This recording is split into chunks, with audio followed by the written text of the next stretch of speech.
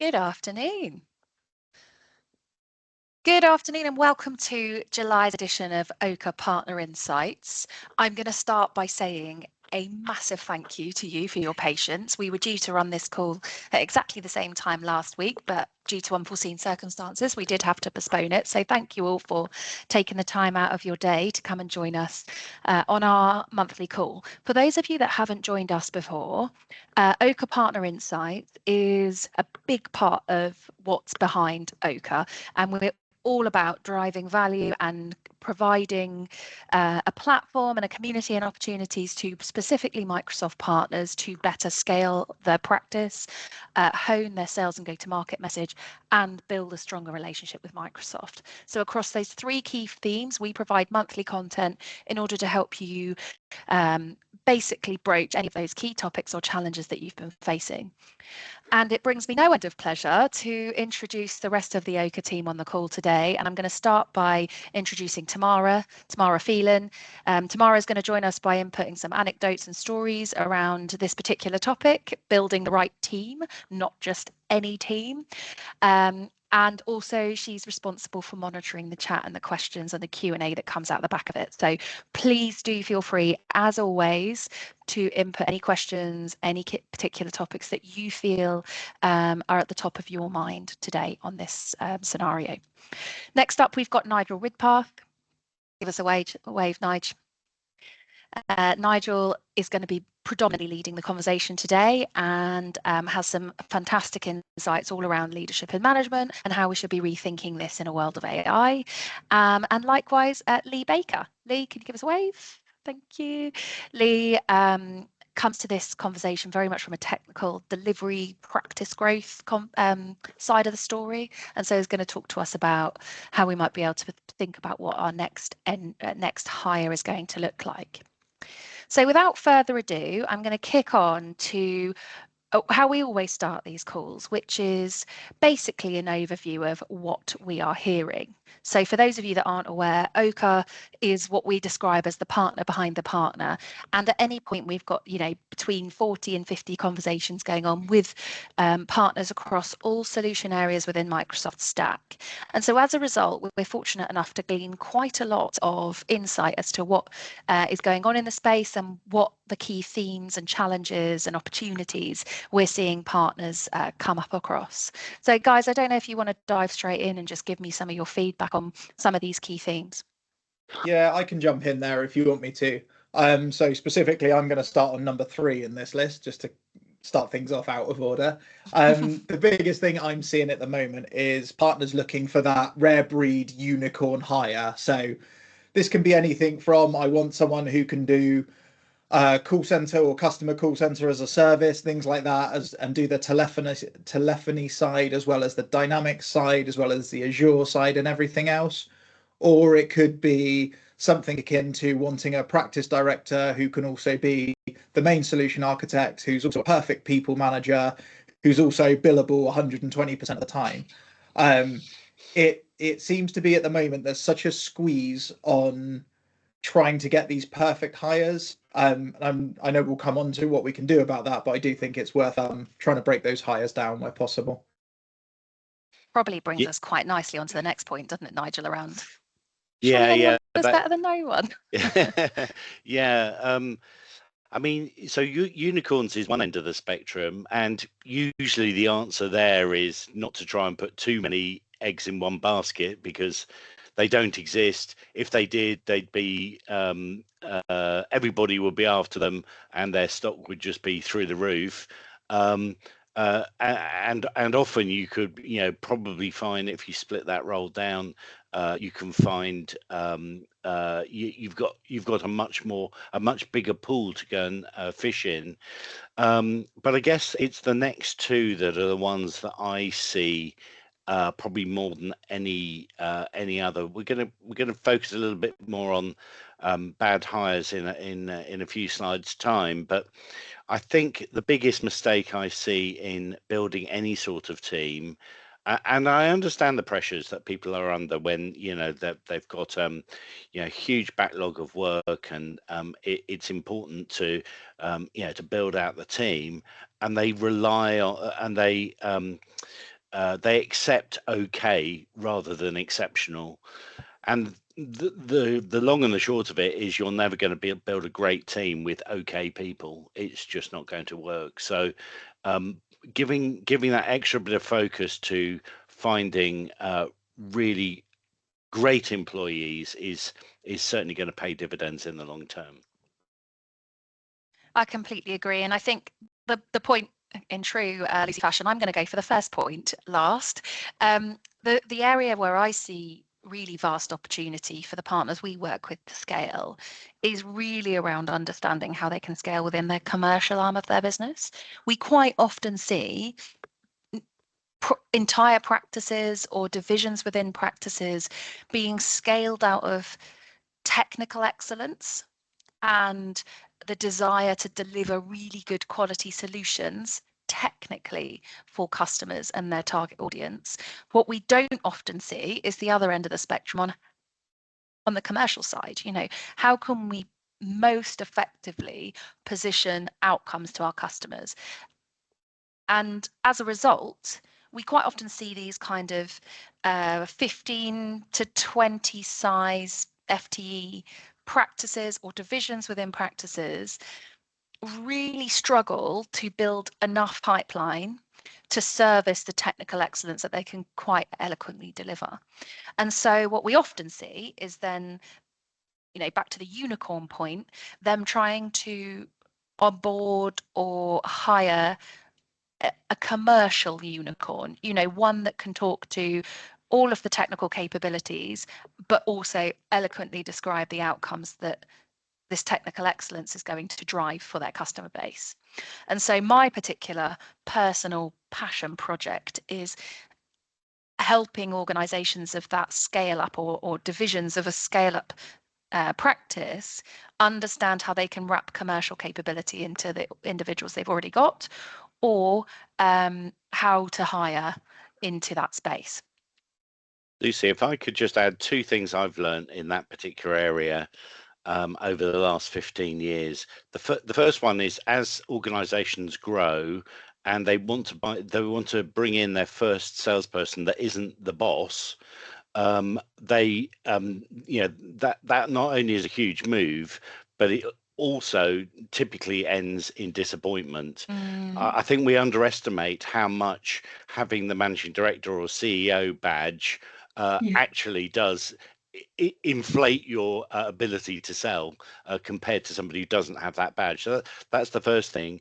And the second thing I would say is that typically organizations underestimate the length of time it takes for a salesperson to be effective.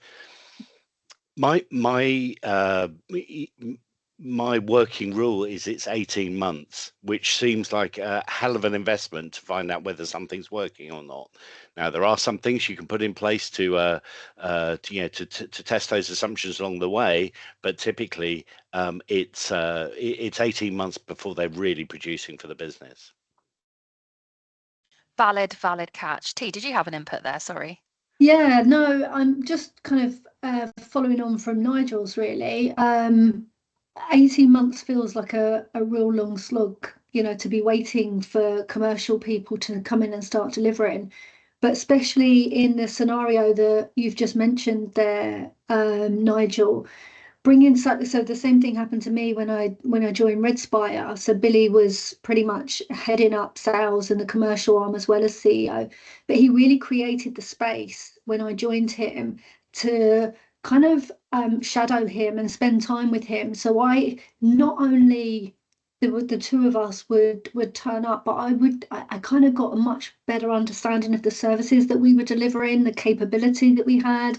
He encouraged me to go through some of the accreditations from Microsoft. So although I was commercial, I had an understanding of what the team were doing. And I think just stressing how important it is to create the space to set people up for success is sometimes or quite often underestimated. Absolutely. And we will come on to that a little bit later on when we talk about the stage and the cycle of taking on a new hire. So that's brilliant. I guess more generally, there are some other kind of leadership growth challenges that pull a little bit on some of the threads that we were just talking about there. I think in this highly competitive space, we see obviously lots of organizations acquihire, buy an organization for the resources. And we see a lot of that, particularly around acquiring resources in skill sets or solution areas where the organization doesn't already have that skill set. So you're essentially buying that division. And what we then tend to see out the back of that is individuals that were once senior leaders in a small organization are now mid-level leaders in a much larger organization, and almost kind of practice leads or divisional leads. And as a result, what made a really, really good MD, CEO of an owner-led managed business doesn't necessarily always equate. And so we quite often see at that point, maybe people in the wrong seat on the bus, which we will allude to later on. So I won't stretch that point too much. There are absolutely ways that we can get over that, and we'll cover a few of those topics over later on. The second key theme, particularly in this space that we see, is organizations finding it hard to celebrate the success of highly technically competent individuals outside of promoting them into some sort of managerial or people management position. I know this is a particular topic of yours, Lee, so I don't know if you wanted to lean in on this at this point. No, you're good. Okay. We see a lot of, solution architects or senior functional consultants that have been in place for 5, 10, 15 years that have been promoted to kind of people managers, as I say, and actually that really isn't their core skill set, nor is it necessarily something they want to be doing.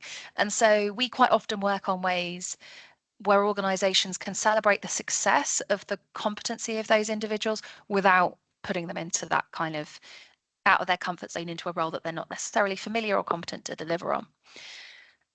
A pet topic of mine when it comes to some of the leadership growth challenges we see is also around really, to your point, T, creating the space for organizations to allow their team to understand what their personality type is.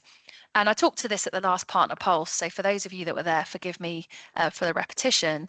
But one of the things that Microsoft did incredibly well, and we've seen work well in much, much smaller organizations, is using a mechanism like DISC profiling or insights discovery processes for the individuals within the team or a division or a practice to really understand what their personality type was like, and therefore the rest of the team have an opportunity to more competently empathize with that type of personality type. And interestingly, the team that I was in at Microsoft, we were very much 50% one end of the spectrum and 50% of the other. We had storytellers, narrative-driven, sunshine yellow type people. I'll let you think about which one of those I was, versus the analytical, highly numbers driven, KPI target oriented individuals. And it did, until we did this mechanism and this process of understanding each other's personality types, there was often an opportunity for clash. And so I am on a personal campaign to drive awareness around understanding personality types, and therefore the opportunities and awareness of what that means in a team setup. And the size and scale of partner alignment, and by this I really mean if you are taking on individuals that have been really successful, for example, in a much larger organization, perhaps one of the big four or a big GSI, because of their technical competence, occasionally we can see opportunity for them not landing so well in a large, in a more of a scale up, startup, owner managed style environment where they're expected to wear perhaps more than one hat at a time, or have responsibility or ownership or accountability for multiple threads within the business. And equally the other way around, where we see individuals that have perhaps owned a division or a practice and then they've moved into more of a GSI role, they haven't got the ability to think more creatively or more outside of the box, because they are satisfying purely one defined role within a larger organization. So we always urge organizations to consider that at the point of hire. And it's normally GSI to scale up business where we see the biggest challenge. You know, they look upon these seemingly unicorn type personas within these large scale organizations that are really technically competent or highly sales KPI driven, and they've done really well in that environment, and they perhaps haven't landed quite so well in that smaller organization where they've simply got to do more in their day or have more of a variety in their role.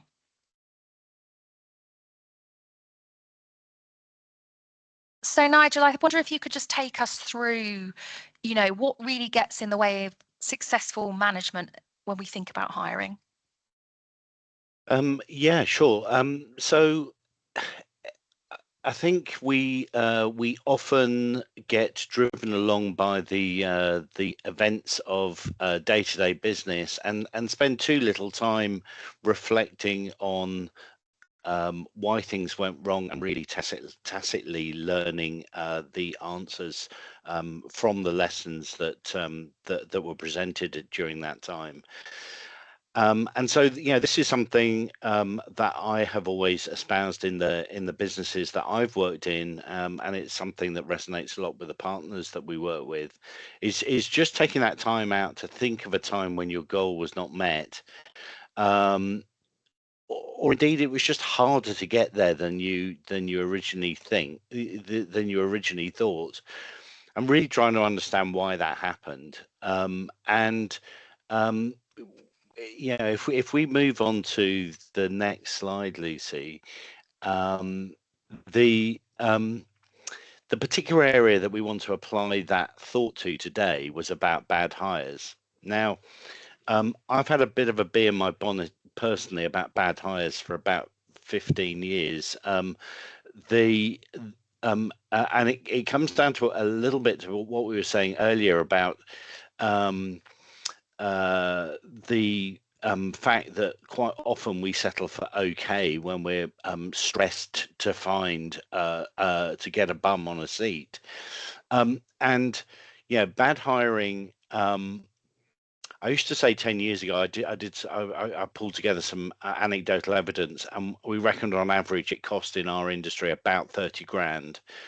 I think that figure's nearer 50 as an average these days, and I have had experience of people telling me scenarios where when we added up all of the costs of that particular bad hire, it was well over 100,000, and in their case, that was the difference between making a profit or not that year. So this is huge stuff, and yeah, if you feel brave enough, please do raise your hand if you could say that you've had a bad hire in the last 12 months. It's not not obligatory. Lee's being very honest. Very honestly. But you know, when we do this in a room, we very rarely find many people with their hands still down over this. And I think one of the interesting things to reflect on, if we move on to the next slide, is if we were to take that bad hire, and you'll have someone in your mind, it might have not been in the last 12 months. Hopefully you've been lucky with that, but at some point you will have had experience of a bad hire. And I want you to think about that situation from two perspectives. Your own perspective, where you may have been saying things like, they clearly said they were more experienced than they were. They just couldn't cope with our, you know, our fast-paced environment. They showed attributes that they hadn't done in the interview, and you know, they are the sort of things that people in businesses might say of a bad hire. But then I want you to be honest with yourself and think about it from the perspective of that employee. What did they say? what would they say about why it didn't work out? Maybe the onboarding wasn't good enough. Maybe you didn't give them enough time to work out how things are done around here. Maybe you threw them in at the deep end. They felt as though they were thrown at the deep end, when they hadn't got to know the team and how things were done. I think when I've done this exercise, with people talking about real bad hires, if they're honest with themselves, they typically have very different versions of the same situation. And if that person that you've deemed as a bad hire has a different view, then there's a responsibility on you to turn that around, and actually actioning their perspective will help you enormously in reducing the amount of bad hires that you have. And I know this is probably 2 slides too late, but just to sort of define what we mean by the term bad hire, it's more the unsuccessful role filling as opposed to any other definition. And the reason I pull that out is because we do obviously a lot of social posts around the topics related to our webinars, and there was a little bit of a debate over the definition of bad hire. So I just wanted to put that out there now. Yeah. Okay, so moving on, we wanted to do a bit of a who's who, Nigel, didn't we, around leadership and management? Yes, I think this slide was probably, I think we could probably move on from this slide, Luce. Oh, okay, fabulous. But what I want to do is, when taking Lucy's definition of a bad hire, we think that's 50k now. We've always got to recognise that the number one reason people leave their jobs, and this has been consistent for 20 years, is a bad boss. And 34 days per year dealing with underperformance. Imagine what that metric would look like if you put those 34 days per year into your great employees. Imagine the difference that would make in your organization. And obviously we've got a kind of productivity and profitability metric around that as well. One of the things that we teach on our Leadership and Management Academy that Tamara and I run is a concept called situational leadership. And this is a management theory that's been around for 50 years, but it's amazing how many people don't actually put it into practice. But it really describes the way that you should manage people at different points in their journey with you. It describes how, as the context changes, your management style should change. And it's remarkable how many of these bad hires happen at around, or rather they manifest themselves at around the 3-month mark. And if you study situational leadership, you kind of understand why that happens. And it's nothing to do with the person you've hired. It's all to do with how you've managed them at that point. I think it's a really valid catch.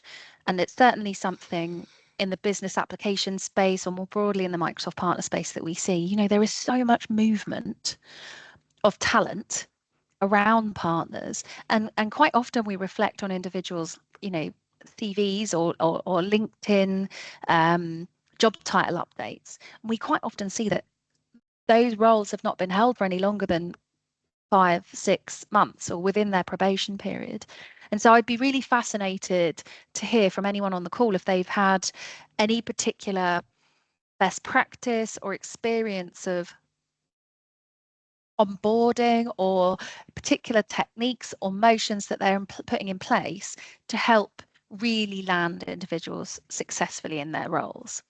And again, I think this, and again, bit of a pet topic of mine, I think this goes back to a little bit what we were talking about around personality types and profiling individuals into roles alongside the situational leadership. If we know that an individual is coming into a role in a scale up practice or a high growth scenario from an established profitable, well-resourced, large-scale organization, we probably know that they're going to need a little bit of hand-holding in terms of generating the content they need, creating like in a delivery role some methodology or some best practice, or creating quite a lot of assets that may or may not exist. The other way around, for those moving more from a scale up or an entrepreneurial owner managed business into a large scale organization, they're probably going to need more enablement on what is already in place and how can they access those resources and what does it mean to them to use those resources. That's something we certainly see play quite a big role in this particular space. I think the other thing that we don't talk to necessarily on the bottom line impact is the opportunity cost around landing a bad hire.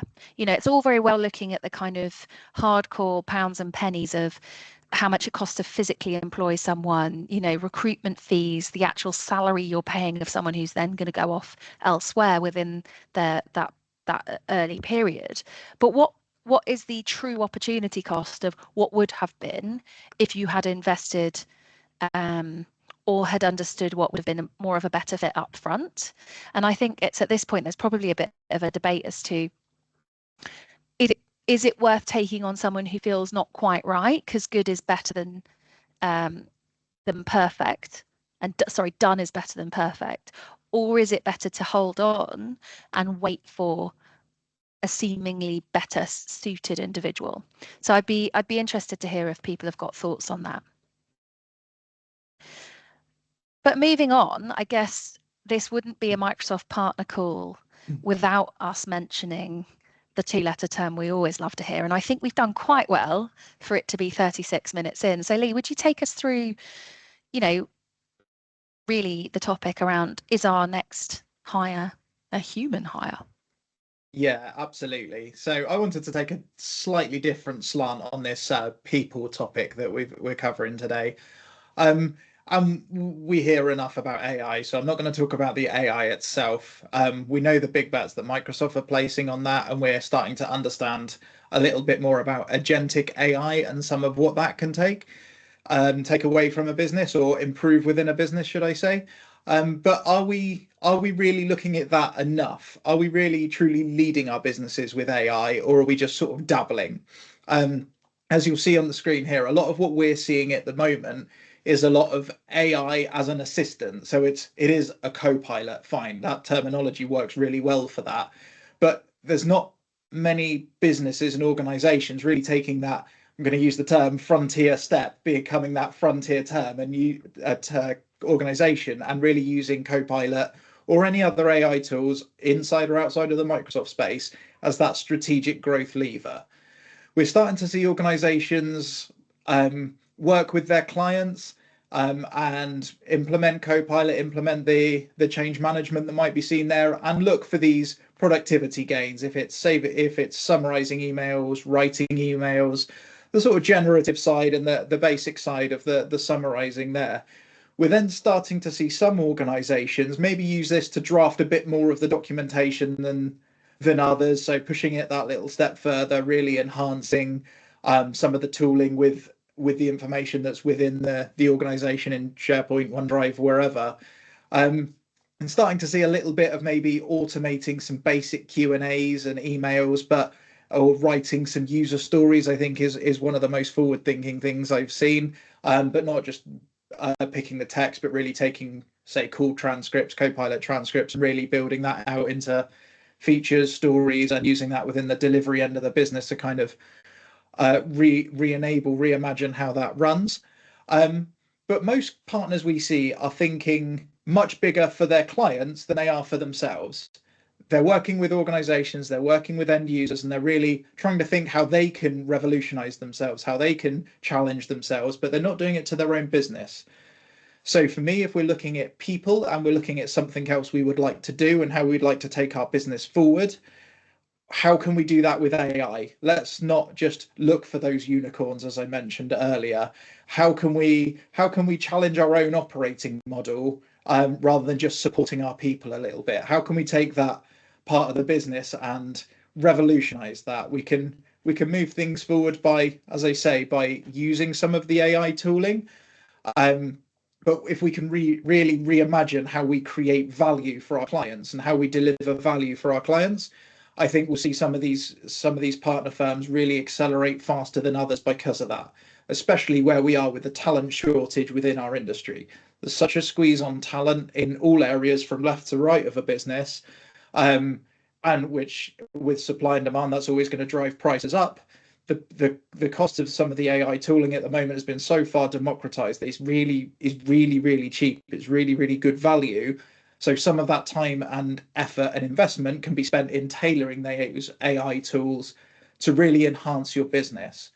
I mean, at the moment, I'm trialing something called Sintra AI, which has done a really good job of personifying different areas of the business. So you'd have a bot or a person that is towards focused on business development or on reviewing websites, things like that.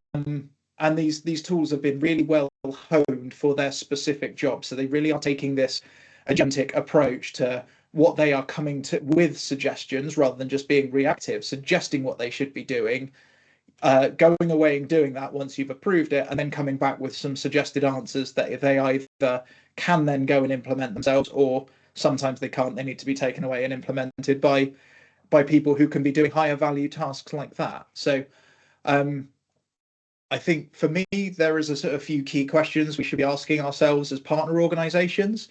And that is, to start with, which roles could be fundamentally redefined, not just assisted?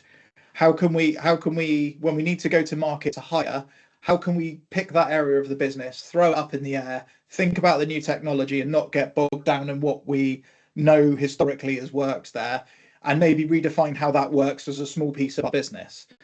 That can be leveraged out as far as we want, and then we could maybe start to think about how could we create a self-adapting practice powered by AI. So how could we have something that is improving itself time after time? And that's improving our value to our customers, improving the value for money for our customers as well as that. And then the third point on here is how are we building IP and repeatability into our AI usage? So cool, if we've done something within, I don't know, HR for a knowledge management app, how can we use that experience we've got of refining those AI models, refining those tools, and take that across to the delivery team, to the business development team, to the marketing team, wherever that might be. So whilst the subject matter is very different, we all know that delivering, as an example, dynamic system has the same stages each time, irrelevant what industry we're going into. It's very much the same with AI. So let's make sure that once what we're doing can be repeatable across departments within our business, and then becomes much more of a service offering to our clients as well when we can offer that out. And then the last point in here is just kind of summarizing this really, are we really making AI a core capability within our practice, or is it still a bit edge of desk? It's still of a side project. It's still just a side gig and a passion project for one of the techie nerds, hands up here. But how can we really kind of make that a core part of our business and really accelerate ourselves with that? So a slightly different slant there on the people side of the business. And I think I just kind of wanted to leave it with a quote, which is on the next slide, which I think will become very relevant over the next few years, really. So I guess one of my personal reflections on this exact topic is I was recently in a QBR, a quarterly business review with a Microsoft managed partner, and a fantastic chap by the name of Nick Hederman, who heads up what is now part of the organization SME&C within Microsoft. His responsibility ultimately is to manage partners. And the question he asked this particular managed partner was, how is AI redefining your operating model? And they didn't have a very strong answer, and there have been very few partners we have come across that have had a very strong answer to that question. So my challenge to you guys on the call is, can you answer that question? If you can't, what does it look like? What's the steps you need to take to make sure that you have got a way of answering that question? And most importantly, how? And I think Nick Hederman's reflections were he's also not seeing the opportunity around redefining the operating model within a partner practice being taken advantage of to the extent it should be. And his quote was basically, it's a multi-horse race and we're just at the starting blocks. So I guess, and I hesitate to look at everything with Microsoft lenses on, but if you're using Microsoft as a route to market, as a channel, as a key lever in your conversations with customers and your growth, is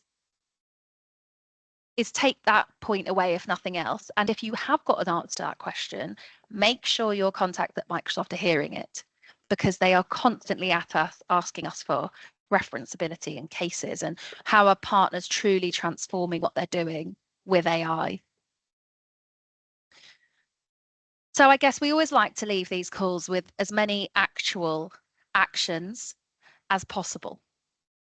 But forgive me, they've not copied across correctly. So what I would like you to do is make sure that if you have got any of these stories, do come to us with them, and we will also help to amplify them. If you have got any particular challenges around leadership and management, or particular bad hires or roles that you've not been able to fill, and you're looking at creative ways of how you might be able to do that, do feel free to come to us.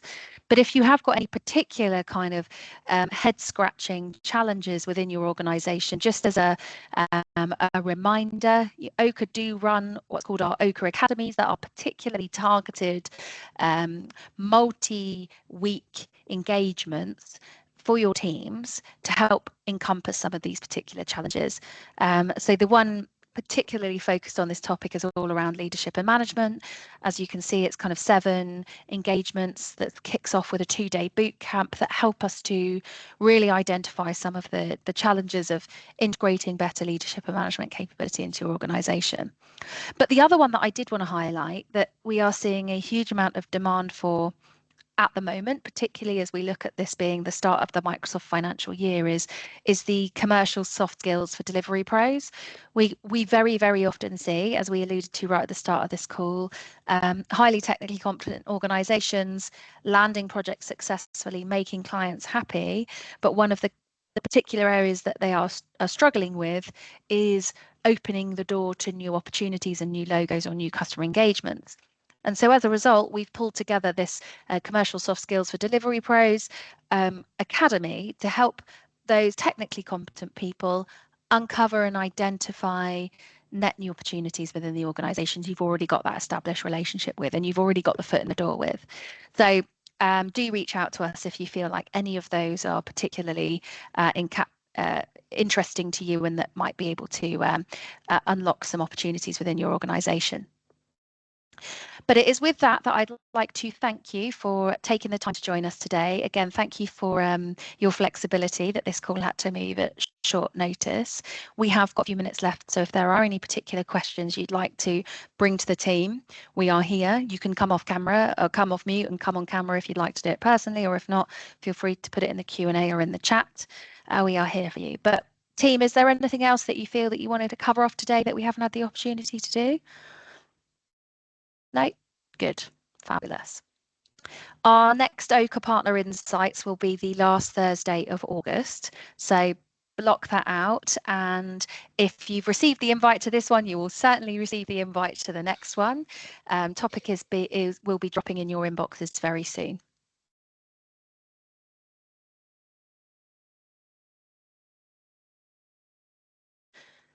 So it looks like we don't have any questions. No, none in the chat.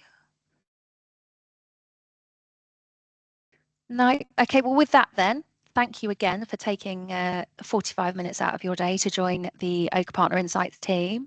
We have loved having you here, really appreciate your availability and look forward to hopefully engaging with you on our next Oaka Partner Insights call or even at our next Partner Pulse event. For those of you that have attended those, our next one is scheduled for Thursday, October the 10th. She's ad-libbing, can you tell?